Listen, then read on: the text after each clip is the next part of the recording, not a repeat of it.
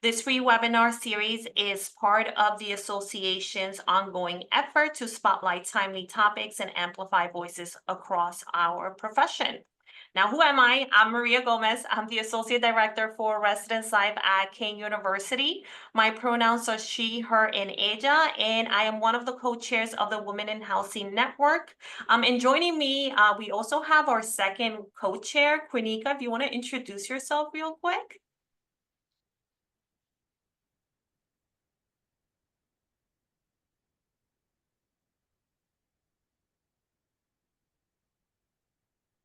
Maybe she had to step away. Well, our second co-chair is Quinika McDonald, and she is here with us today. We're honored to be your moderators for today's discussion.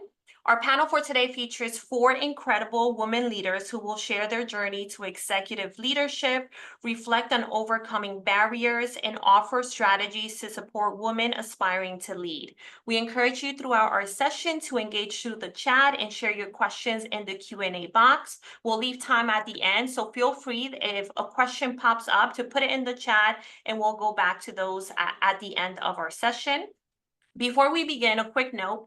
Today's session is being recorded and will be available on the ACUHO-I YouTube channel after the webinar. For our program, we'll start with moderated questions for about 40 minutes, followed by audience Q&A. We'll also wrap up with a few announcements about upcoming opportunities on how to get involved with the network. Now, while you're all here, it is my pleasure to pass it to our panelists to introduce themselves, starting with Ms. Shana Alston. Good afternoon, everyone. I am Shana Alston. I serve as the Assistant Vice Chancellor of Housing and Residential Education at the University of Denver. I also serve as the client to Sodexo and manage our dining team. And I use the She series, and I've been working in housing for 24 years. So I'm excited to speak with you all today. Hello, my name is Jill Eckert. I'm the Executive Director of Housing and Dining at Texas Women's University. My pronouns are she, her, hers. I've been in housing for 40 plus years. Stop, Shana. I guess one of my distinctions is that my title has been Director of Housing from the very beginning. Working title may have been different, but I have always had the title Director of Housing, even when I was the only housing professional in an operation of 300 beds. I'm a former ACUHO-I president and have been in SWACUHO, AIMHO, CHO. So I have been around a long time and have held numerous positions. Hello, I'm Tricia Rabel. Use she, her pronouns. I am the Executive Director for Housing and Residence Life at Central Washington University. I too am in that 20-year mark, not quite made it to the 40-year, Jill, but I will try. In higher ed, I've between Washington State, Nebraska, and Montana, done work within housing predominantly, but also student activities, Title IX, and conduct. And certainly as we are housing professionals, we wear all the hats anyways. So I'm so excited to be with you all here today. Awesome. Thank you so much for joining us. And with that, let's dive in to our questions. So the first question that we have for you three is, can you share a defining moment in your career that helped shape your path to executive leadership?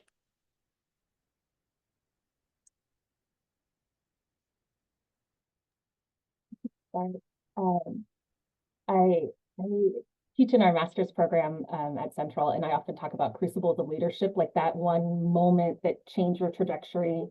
And mine was really early in my career. I had been a hall director for 2 years and had a student who was on our leadership council pass away, and decided I was done. I was not doing student affairs. It was too hard. It was too personal.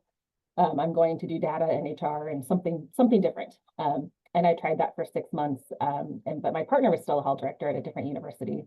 And I watched a tragedy unfold and felt so helpless and so like these students and this community was hurting and I had no part of it. I wasn't engaged. And that really made me rethink why I want to be in housing and in student affairs and care for students and care for humans. And every time I think about that off ramp to something different, I think about that why of what I'm doing and who I'm serving.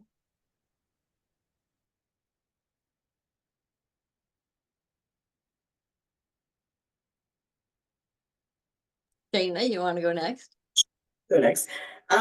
So my, I would say, defining moment, I think, was a little later in my career. I happened to be, I would say, probably about 7 years into my um, career, and I was at Thomas Jefferson University. At that time, it was Philadelphia University, and our director at the time left the organization, and there wasn't a lot of movement or discussion about what was next. So we ended up having a search, and we weren't happy with any of the candidates. And our dean of students at the time came to us and said, how do you want to address this? And we took the opportunity to actually model and restructure our department. And that was the first spark, because that has become a theme and a really important passion area in my career.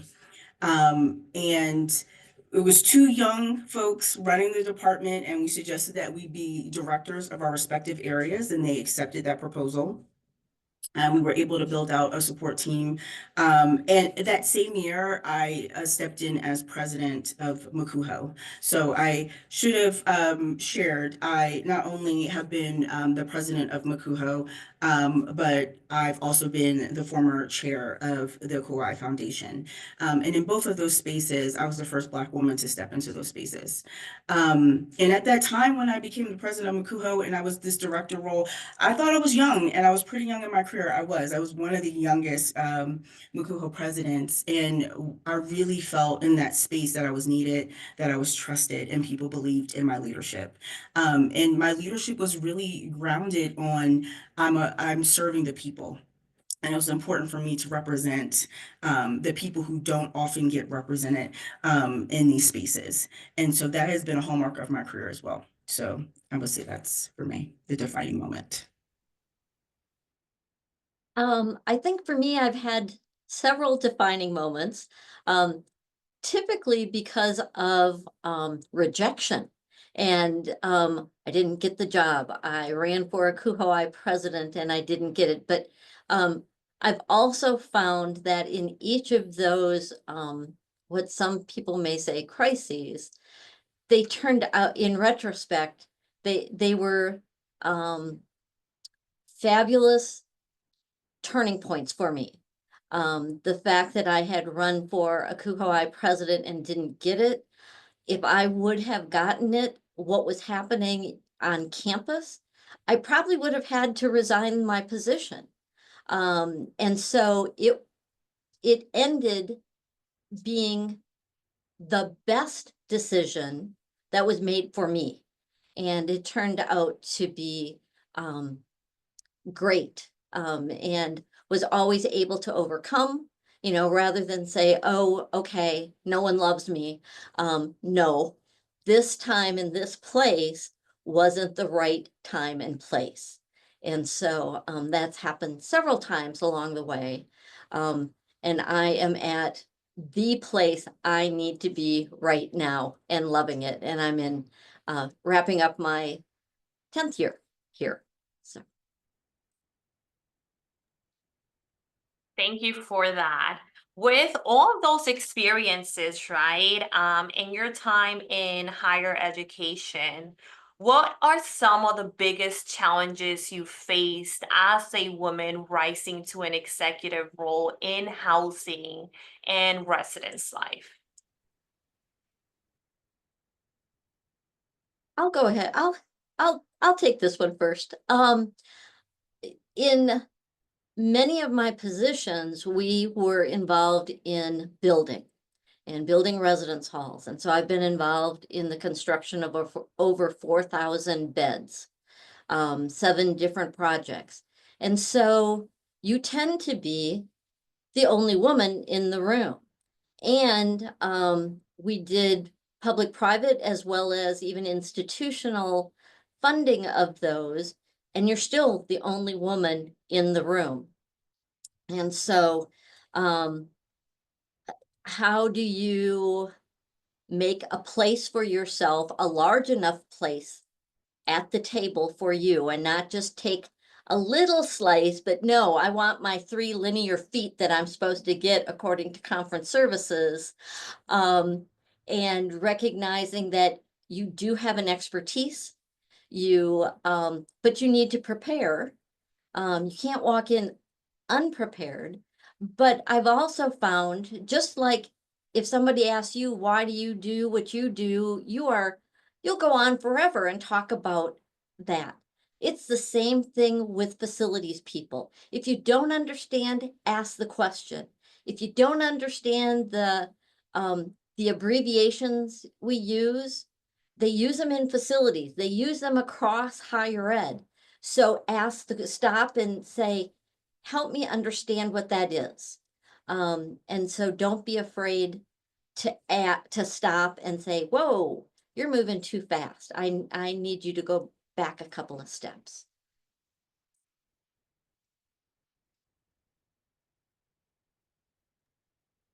Yeah, I appreciated that, Jill. And I think I struggled with this one a little bit. And I do feel like I've been pretty fortunate. But I think I've had similar experiences that I happened to be one of the younger people at the table, and I also was a woman and the only one in the space, right? And so, and the only way I survived, I agree with you, is by asking colleagues, what book should I read? Who can, having informational interviews, can I sit down? Can I pick your brain? Can I learn more about this thing? And then really being data driven. Right. So I can say I think this is the best type of housing for students, but I'm also going to bring research that supports what I'm saying. And so I do think that's important. I think there's always going to be people, though, who are not going to necessarily connect with you or don't believe in your leadership or want to question things. And I just try to come in that space of being highly confident in what I know, trying to be relational, trying to bring people in, right? And I agree with you, Jill. I think people always want to talk about themselves. And so I try to create space where I get to disarm individuals to say, like, let me learn a little bit about who you are, what's important to you, so I know how to navigate this space with you. And so, because I think we're always going to have a challenge, right? I've had colleagues who I thought we had a great relationship, then I get promoted, we're at the same level, and then all of a sudden it's a challenge, right? And so but I think the crux of that is really understanding, like, where is this coming from, right? There's sometimes histories from your departments that they work together that you're not aware of. It could be environmental conditions at the university, or it could be you. I don't know, right? But I do think that the relational piece and really getting to know people, and I agree, being prepared and understanding your work and their work when you come into this space has helped me through those challenges. I have so many similar themes to what Jill and Shauna shared. I think some of the challenges I experience are like in my head, the self-doubt, the imposter syndrome, the when I am the only one in the room, the only woman in the room, or the youngest in the room, or the person without a fancy title. What does that mean for how I speak up and how I show up? I took a little bit of different spin on this question. I was thinking about it. One of the challenges I think I experienced maybe differently than my male colleagues is that I'm certainly in that sandwich generation. I am both a parent and I cared for my parents as they were dating and passing. And so that part of my life that isn't at work and isn't going to be at work, it was really important to me, and was lucky enough to work for bosses that understood that me as a whole human meant that I needed to be where I needed to be at what time. And I work on trying to do that for all of my team and my colleagues throughout. So yeah, that parenting and caring for others part is again right there. And you all just mentioned, right, being the only one in the room and at the table in multiple different instances. Um, can you all talk to us about how have you navigated gender biases or stereotypes in those leadership spaces? I know you kind of mentioned it already, but if you want to dive into it a little bit more, that'd be great. I'll jump in, I guess. And I struggle with this one too. And I do think part of it is knowing what those gender biases are and those stereotypes are. There's a stereotype of the angry Black woman, right? And I don't find myself to be an angry person. I tend to get over things pretty quickly. I think I'm positive, but I also recognize I'm from New Jersey. I'm really direct. I talk loudly. I talk fast, right? And those might come across to someone as angry, right? If you match it with my what they see as my identities. I also recognize that not all of that is in my control. And if someone perceives me in a certain way, all I could do is come as my true authentic self, right? And they have to do some work on their end as well. One of the things I like to do, I do it particularly with my team or people that I'm meeting in the beginning, because I'm aware of how people can perceive me. I try to frame who I am. So I will tell people, I'm from New Jersey. I talk really fast. I eat words. If you don't understand what I'm saying, just like let me know. I talk really loudly. My dad talk loud. We all talk loud in our house, right? I'm not yelling. Uh, just a direct person. So I try to frame those things for people so they recognize that this is who I am. And I do think the gift of age is that I'm starting to care less the older I get. Like, this is who I am. I'm going to tell you who I am. I hope that we can work well together. But it's too much energy for me to try to change who I am. That's not what I'm choosing to do at this time in my life. And so, but I try to create space where I'm open for feedback so people can, we all offend, we all, ruffle feathers at times. And so I do want to create space where people could give me feedback, so I can be mindful of their experience with me.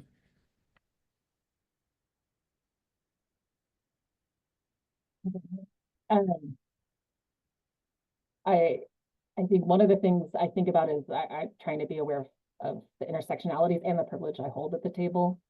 Um, there there are definitely times where I'm the one needing to promote others' voices of the group. Nothing annoys me more than a person who has a lot of power at the table and a lot of privilege talking over others or saying the thing someone said three people ago but didn't get heard, and then they say it and it's like, oh, brilliant, what a great idea. Um, so just a lot of awareness. I try to own my own strengths. So I know I'm really good with data. So I love Shannon talking about like the data driven, like I rely on that so much. Um, I, as a housing person, have a lot of hats and a lot of expertise in different areas, maybe where some of my colleagues are more siloed. So I utilize that a lot. As I have shifted, our housing and residence life team went from a student affairs report line with a dotted line to finance to the opposite. So I report with people that are finance and operations focused. And I have the dotted line to student affairs. I've had to change that and use that as a strength. The fact that I can run an icebreaker with 100 people in a room, no problem. Happy to do it. So finding that. The other thing I would mention is that sometimes I can be shy in a room, especially if I'm new to it or if I'm not sure where my voice sits. And I recognize that about myself, and to be authentic, I'm not going to be the one that jumps in all the time at the beginning. And the way that I get myself to a point that I can have more space in that room is by building one-on-one connections. So trying to find the people in the room I do have a connection with, going to coffee with them, working on a project with them, asking. I love the thought of letting them talk about themselves, asking about their opinions about what we're doing or how we can partner. And that helps me have more confidence in the room to take up the space I should for my team and for what we're doing.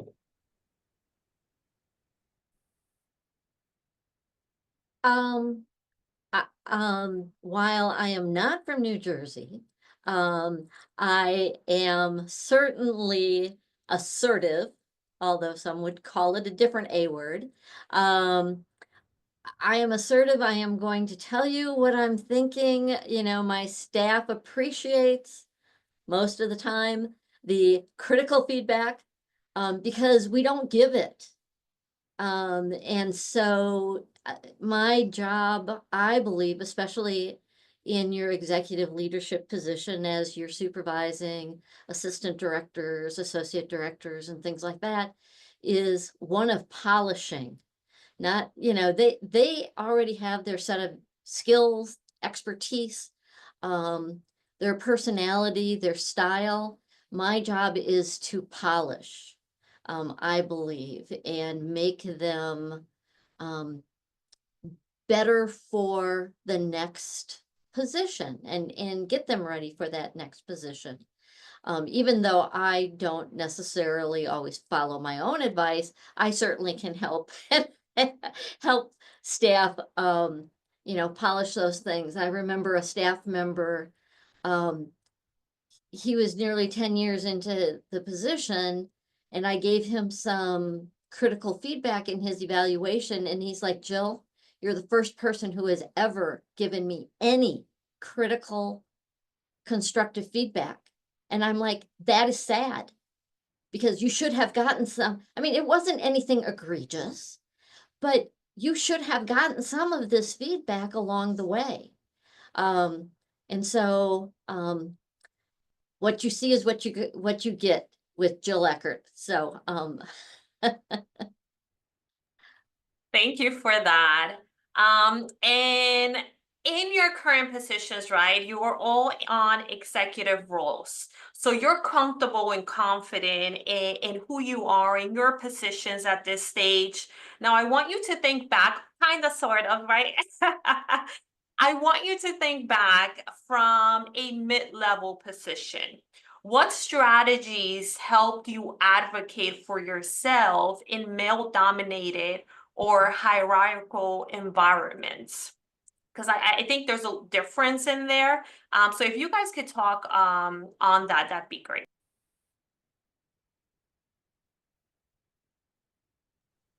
I can start us off. I like to think of myself as a project manager sometimes. Like and I think that like organization, but even like capturing what was talked about in a meeting and recapping it in an email, or documenting everything, but documenting things and sharing it out to make sure there's clarity.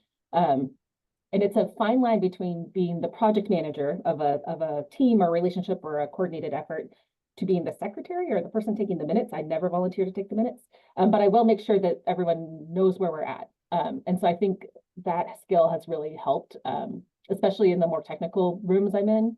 But even when the meeting has gone sideways 6 times and there's a lot of people and a lot of personalities, be able to say, hey, this is what I've captured from our meeting. Is that what you all are feeling or seeing or hearing? That has been very powerful. And it helps me because I don't always remember who got mad about what or what we decided on an hour later.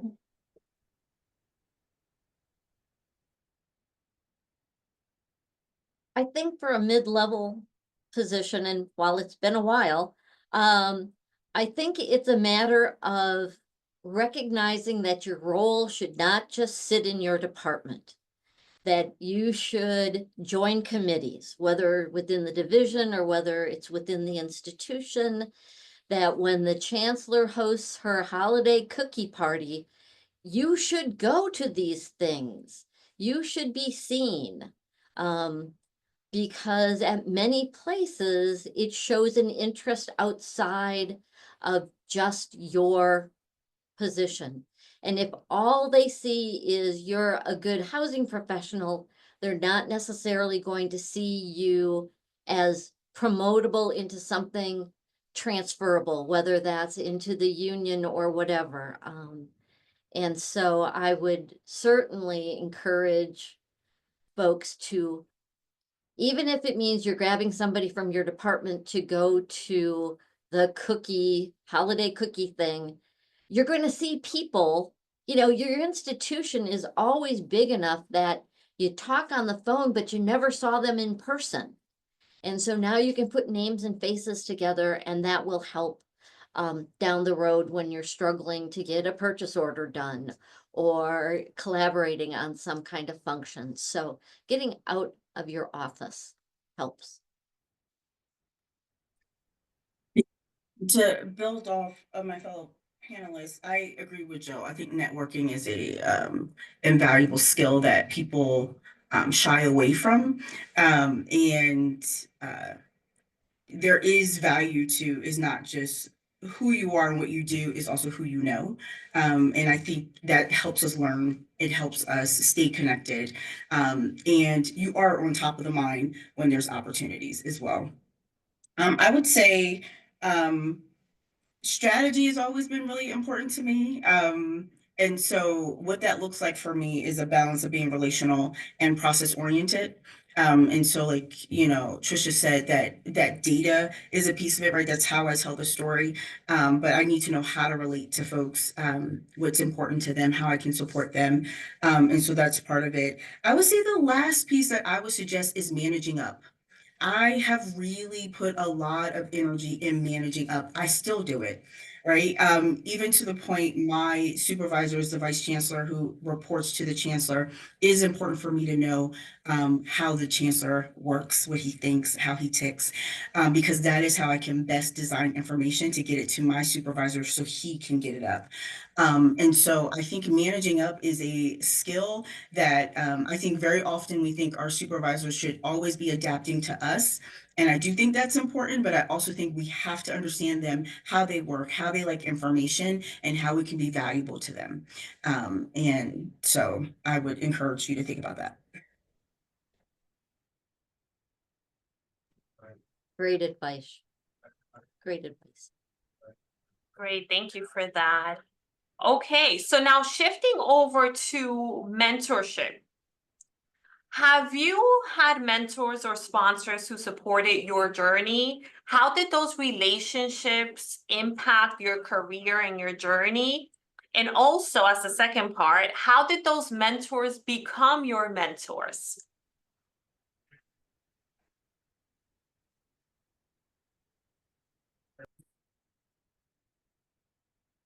I've been fortunate that my supervisors have become mentors, that we have stayed connected long beyond the time that I was at that institution, or we moved in different paths or whatever. But yes, I have long connections with my supervisors. I think working one of my first positions was the first time I saw all these women vice presidents.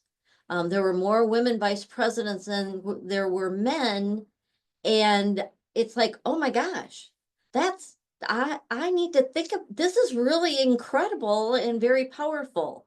And I have not necessarily had a lot of women supervisors, but they've all been great mentors and people to emulate. And so most of my mentors have been bosses, and that's just continued. Yeah, I would agree. Most of my mentors have been former supervisors or current supervisors. And I do think a piece of that is now I'm very strategic about who I work for. I want to find someone that I'm going to learn from, and that wants to invest in me. And so I've been really fortunate to have that experience too, Joe. I will also say though that my dad used to say to us when we were kids, people are always watching you. And when you're a child, that's really creepy. But as an adult, that's the way you build sponsors. Right. And so sponsors are people who are advocating for you behind the scenes that you may not know, or, you know, stepping in and speaking for you in these spaces. And so I don't think I know all of my sponsors, but I'm grateful for them, right? Because I do think sometimes people watch you, right? And they see something in you that you may not see yet in yourself, right? And so it is important to have that. I think I've had one person I've actually asked to be my mentor, and that was like when I was in college. And she told me no, and I told her I refused to accept her no. And she's still in my life, but I don't think that's how mentorship is supposed to work. But I do think your mentors are coaches. And so I think if you say to people, like, I want to get to know you better, I want to have a relationship with you, can we learn from each other? I think that I can't see who wouldn't be flattered and willing to engage in that kind of relationship with you. And some of the best like mentor-mentee relationships I've had was from like Rely. And so I do think there's formal ways that you can also find mentors too. I have been in environments with fabulous mentorship, and I've been in environments where there isn't a good fit for what I needed. Whether it was the department was very siloed, there was just tricky politics behind it, and I had to, rather than maybe finding someone who could coach me, just try to find colleagues that I could learn from, and that was okay too. But that magic of having someone who's sponsoring you, who's encouraging you, who's giving you hard feedback and helping you get better makes a big difference when you get there. And the flip of that is trying to consciously do that for others at the university at this point. I really try to think about who is in the room, or who do I know, or who is looking for that next thing, and making sure that I'm being open to providing that for them. And often I'm learning more from that experience than from finding a senior person to be mentored by.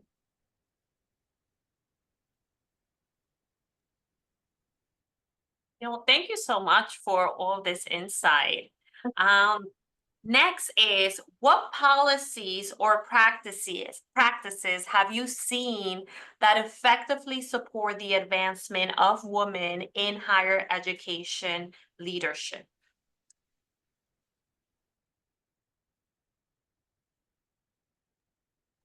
I think the mentorship part is certainly in there, about how we contribute to, whether it's university efforts or ACUHO efforts or our regional organization efforts, to connect folks and build up those around us. At the institution, thinking about parent-friendly policies and family-friendly policies, both formally in writing and informally in practice.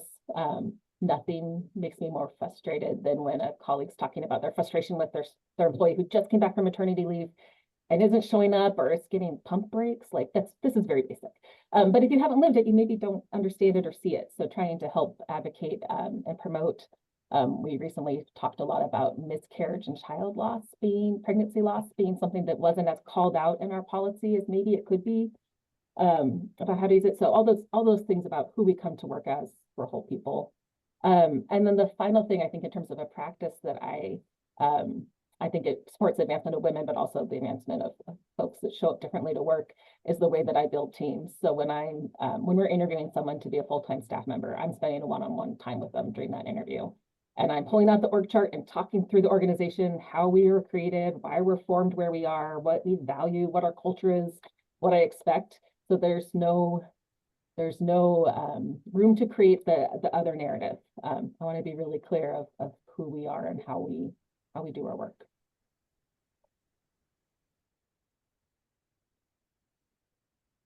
Yeah, I think that's spot on, and definitely I would just even echo the flexible work, the remote work, any space. I do think women take on a lot of labor.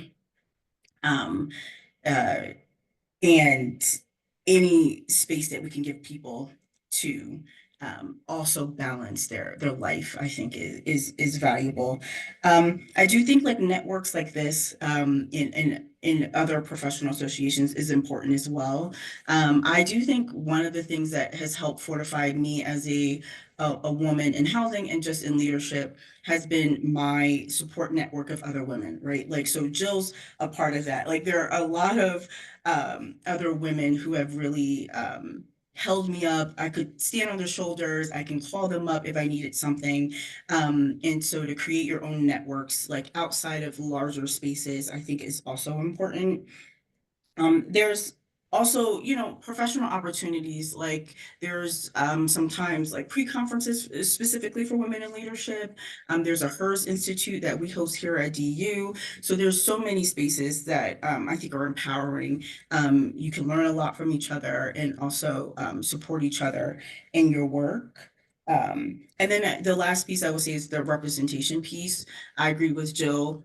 being at Temple and seeing that our provost and our vice president of student affairs were Black women was very inspiring for me. That showed me that it was possible. When people create pathways, the provost at the time would actually host events for women that she thought were talented on campus and invite them to network and to learn. And that for me was really transformational. So I think those are some of the things I would think of. We all shook our head about family friendly workspace, and you need to do it for yourself as much as you need to do it for your staff. And so at one point, another staff member had a kid who was similar to my age as my kid. So I had a box of toys in my office that if I needed to meet with somebody, the toy box came out and they could play and we could conduct our business. Granted, for a limited time, but at least they had crayons or toys or, to play with, to recognize that they also are important to our organization and that you're inviting families. It's not just a 1+, it may actually be a 6+, and that's okay too. So yeah.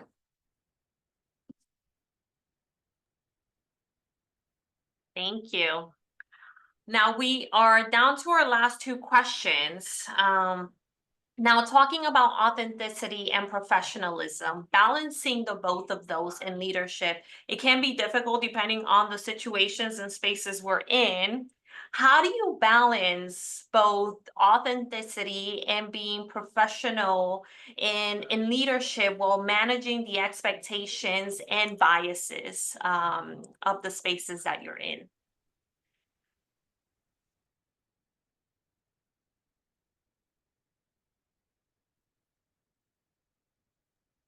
I can jump in. This is hard. And I think I've said this already. I will someone said like you get wisdom after you get 40.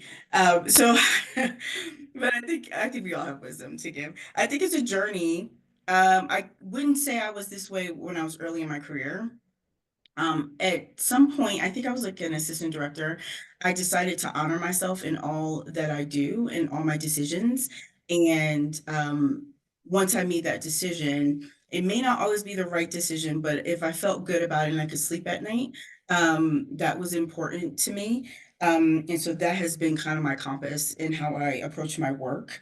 I think both of my colleagues said this already, but being self-aware when I come into spaces, thinking about my positionality and how I show up for other people, the influence that I may have on decisions and how they are made, is important to me. I do think a big piece of professionalism, and I'm challenged with this because I was just taking a class on colonization. But I think a piece of it is understanding the landscape in which you're a part of, right? I think for all of us to be able to navigate in a way that feels authentic to who we are, we have to know what the playing field is like. We have to know who the players are. Um, and there's some times that I will say to my supervisor, I'm not the best person to go forward in this discussion for us, right? With the players that are here, we're not going to gain as much with me in this space, right? So how do we prepare someone else to step into this space? And that's being self-aware. That's like letting the ego go to the side, right? And this is about what's the greater good that we're trying to achieve for our students and for our staff in the community. So yeah, I mean, I think that's when I think about how I myself, I also feel like I'm at a point in my career, and Jill and Trisha may feel the same way, where I have such a good relationship with my supervisor, which is intentional, that I feel I can say the things that I need to say now, and not have to worry about the consequences of that. And I do think that does come sometimes with position, and time, and how you show up in your work. And so I do think that will come, and that can come not just with a certain position. I think it can also come with the relationship that you have with your supervisor and in the organization. I once had a vice president who said, the person we saw in the interview was the person we got on the job. And he said that several months after I had been on the job, and this was not, and I was several steps removed from him, and I thought, wow, that's really interesting, and I couldn't imagine myself being anything other than who I am. But obviously not everybody is the same in an interview and then who shows up for the job. And that was probably one of the best unannounced compliments that I've ever had. And as I think about it in this moment. But I think you being authentic, and as everybody is looking at you and watching you, and you don't know who they all are, whether they're students or staff, or you're at a professional conference, allow somebody else to say, I can be successful and I can be that. If Jill can do that, I can do that. I see things in her that are similar to me that maybe somebody said was a negative. Well, she's making it work. So I think being authentic really helps those around us who we may not even always be aware of, to help them be successful ultimately.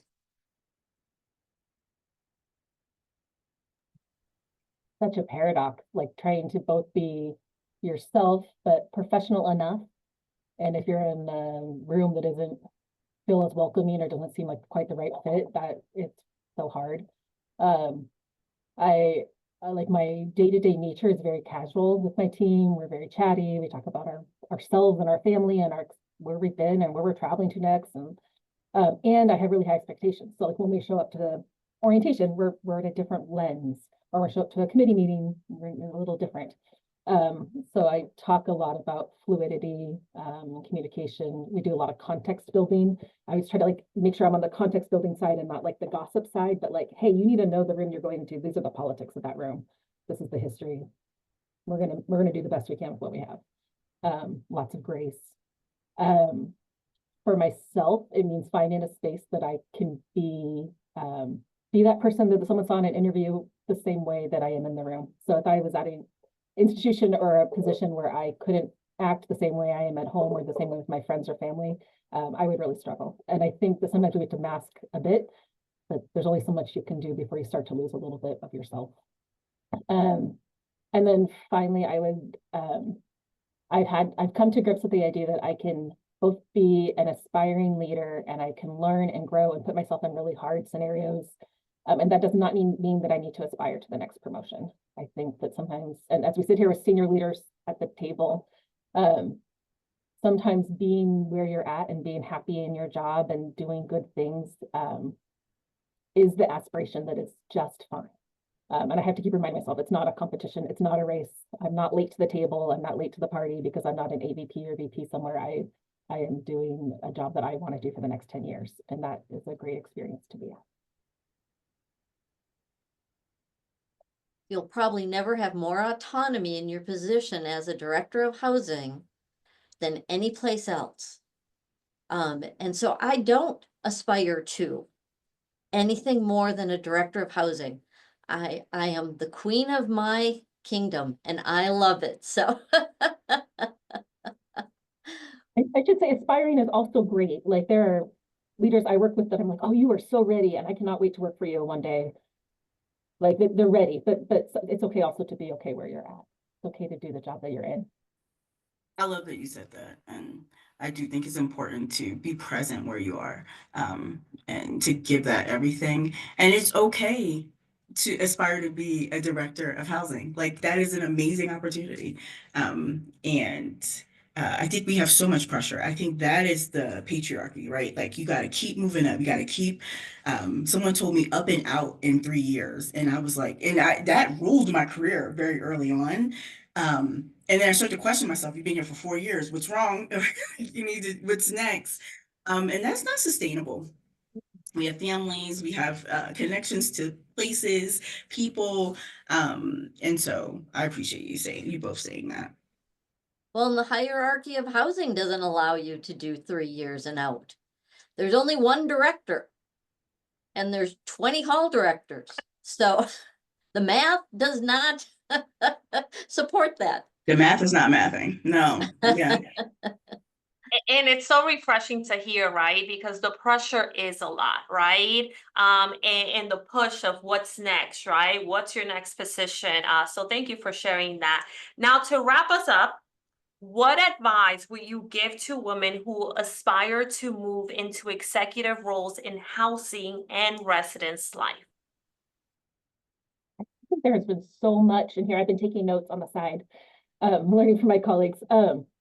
And I think it's already been said, but for me, part of me as a leader is it's really hard for me to be open to feedback. I both desperately want the feedback and I take it so personal and it sits with me and I mull over it and I start to self-doubt, like that vulnerableness of being open to really hard feedback.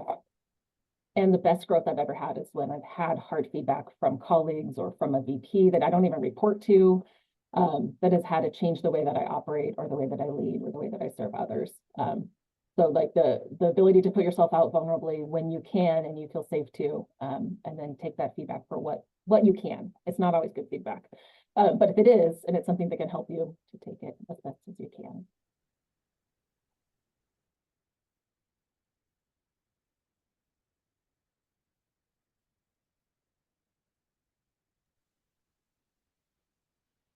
I'm going to jump in, Joe. I love that answerability is important. Yeah, I think we've said it probably many times, but I do believe you should build your support network. It's important that higher you move up, like Jill said, there's 20 hall directors, right? And you have that camaraderie. When you become a director, there's not many of you, right? And so having that network of people that can that you can vent to, that you can problem solve with, that you can be as a sounding board is important. I'm going to say something controversial. I think to take risks. Try something new, do something different. Think about what's never been done. Think about how we can innovate our work. I think we get really routine in our work. And like we're going into a time that's pretty scary, but I do think it creates opportunity and space for creativity and innovation. And one thing I'll always say is honor yourself in your work and all that you do.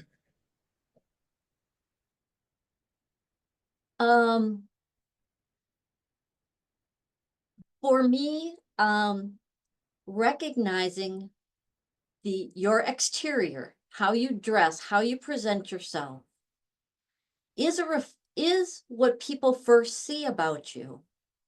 And they think that if you are a sloppy dresser and you don't know what an iron looks like, or at least hang it up as it comes out of the dryer, does that ultimately have them think differently about the work that you're going to produce?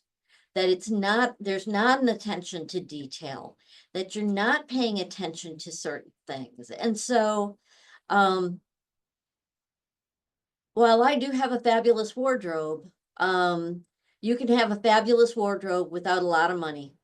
And that you should think about classic clothing, about presenting yourself well and taking care of that external so that it becomes a non-issue and they can look at the quality of the work and the person that you are bringing and advocating at the table.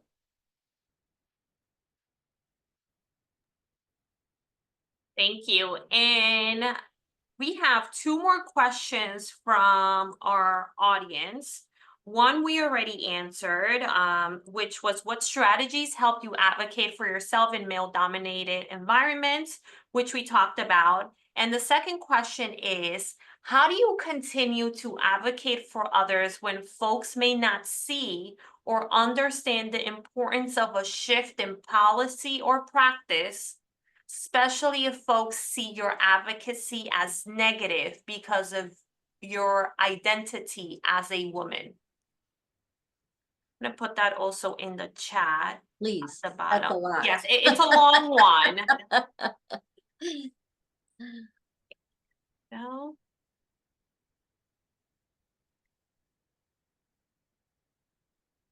And there's multiple parts in here, so feel free to just respond to, you know, what you feel you're able to provide.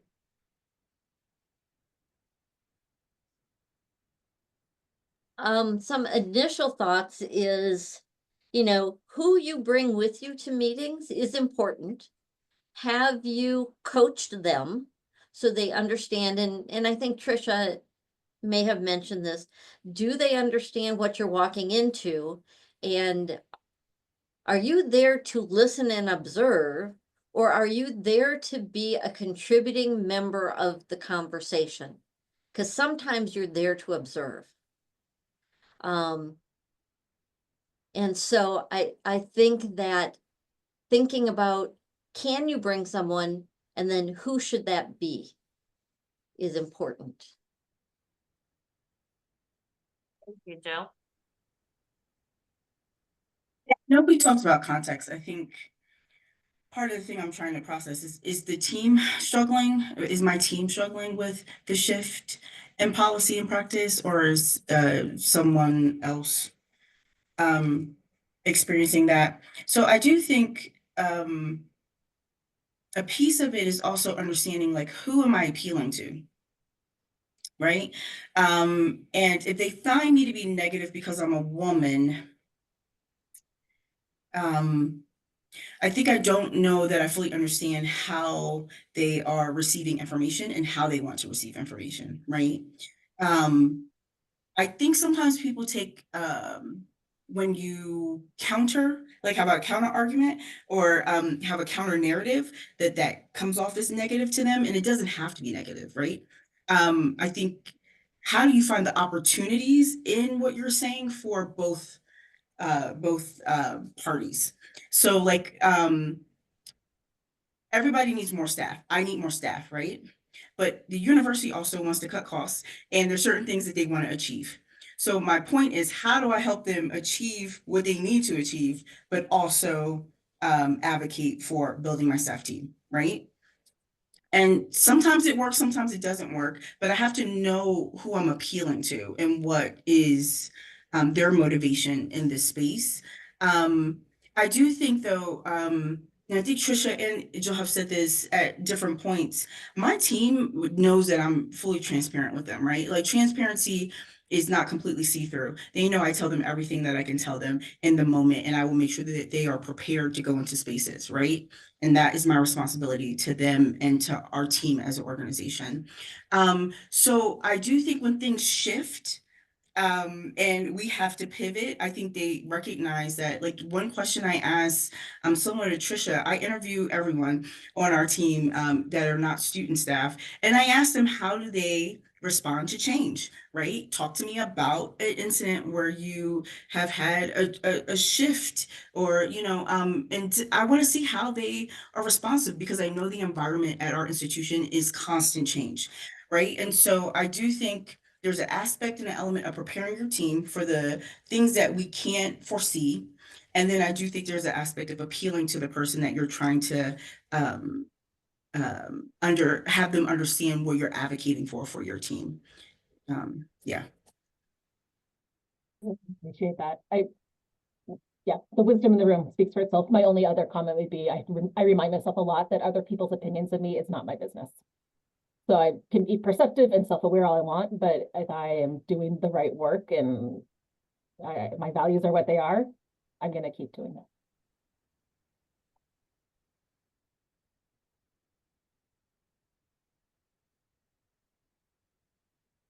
Hi, everyone. My name is Kunika McDonald, and I'm one of the other co-chairs for the Women in Housing Network, and I will be closing us out. So thank you all so much for joining us today for this important conversation. And I want to provide a huge thank you again to our incredible panelists for sharing their experiences, insights, and advice. Your stories and strategies truly help pave the way for others in our field, and we're grateful for your time and leadership. We hope today's discussion sparked reflection, inspiration, and connection as we continue working to break barriers and create more pathways for women in housing and residential life leadership. Before we wrap up, I have a few quick announcements. So this is just the beginning of the ACUHO-I's new webinar series. The next webinar will take place on March 25th, and webinars will continue monthly throughout the year, covering a range of topics relevant to our profession. The Women Housing Network also has several upcoming events and initiatives, with our next open meeting taking place on April 2nd at 3 p.m. Eastern Standard Time. So keep an eye on your email and the ACUHO-I website for details and registration links. We hope to see you all at future events. And on behalf of ACUHO-I and the Women Housing Network, thank you again for being here. Thank you, panelists, and we look forward to continuing these conversations with you. Have a great rest of your day. Thank you, everyone. Take care.